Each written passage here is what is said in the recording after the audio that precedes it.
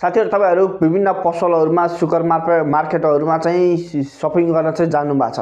Shopping गर्दा या कुनै पनि खाद्य वस्तु किन्दा या पेय पदार्थहरु युज गर्दाखेरि तलपट्टि या त्यसको कतै साइटमा चाहिँ एउटा एक्सपायर डेट भनेर एउटा डेट लेखेको देख्नु भएको छ। बिफोर युजेज या बिफोर एक्सपायर भनेर चाहिँ लेखेको डेट हुन्छ, जुन 6 महिनाको, 1 वर्षको, हैन 5 वर्षको कुनै समयको लागि निश्चित तोकेको हुन्छ। त्यो डेटको काम के हो थाहा तपाईलाई पक्कै पनि थाहा छ होला। त्यो डेट भनेको यो समय भित्रमा तपाईले त्यो सामान युज गर्नुपर्छ नत्र त्यो बिग्रिन्छ भन्ने कुरा हो, हैन।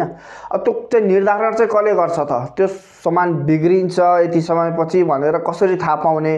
कसले निर्धारण गर्छ? त्यो कसले लेख्छ डेट? हैन, तपाई आफैले घरमा कुनै वस्तु उत्पादन गर्नुभयो त्यसलाई प्याकेजिङ गरेर तपाईको हिसाबले लेख्ने त होइन होला, त्यहाँ त्यसको नियम होला, रुल्स होला। त्यो कसले निर्धारण गर्छ त? यो कुरा जानौं है त आज। त्यो भनेको चाहिँ एउटा फुड डिपार्टमेन्ट हुन्छ, फुड क्वालिटी डिपार्टमेन्ट हुन्छ, हैन, सरकारी तहबाट हुन्छ। उनले चाहिँ तपाईले त्यो प्रोडक्ट उत्पादन गरिसकेपछि त्यहाँ लगेर त्यो प्रोडक्ट छोड्नुहुन्छ, उनले त्यो प्रोडक्ट टेस्ट गर्छ। त्यो विभिन्न तापक्रमहरुमा टेस्ट गर्छ, 30 डिग्री, 40 डिग्री, 50 डिग्री तापक्रमहरुमा टेस्ट गर्छ। टेस्ट गर्दाखेरि चाहिँ लगभग तपाईको 6 महिना, 3 महिना, 2 महिना जति पनि लाग्न सक्छ टेस्ट गर्दा। त्यो समय विभिन्न तापक्रमहरुमा त्यो कहिलेसम्म त्यो सामान बिग्रिदैन भनेर उले टेस्ट गरिरहेको हुन्छ। जब तपाईको त्यो सामान बिग्रिन्छ नि, जबसम्म बिग्रिन्छ त्यसपछि बल्ल त्यो समयपछि युज गर्न मिल्दैन, यति समयसम्म टिक्छ या यति समयसम्म यो चाहिँ खानलाई योग्य हुन्छ भनेर उले त्यो फुड डिपार्टमेन्टले चाहिँ निर्धारण गर्छ। त्यो चीज चाहिँ त्यो तपाईले गर्ने चाहिँ होइन।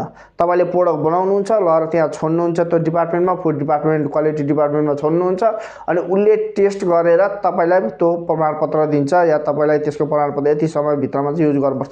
त्यो भनेको प्रोडक्सन गरेको तपाईले उत्पादन गरेको दिनबाट सुरु हुन्छ।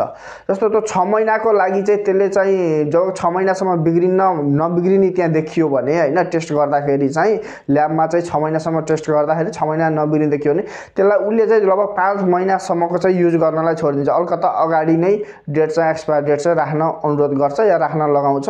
यसरी चाहिँ निर्धारण गरिन्छ र त्यही अनुसार चाहिँ हामीले बल्ल डेट चाहिँ राख्छौं है त।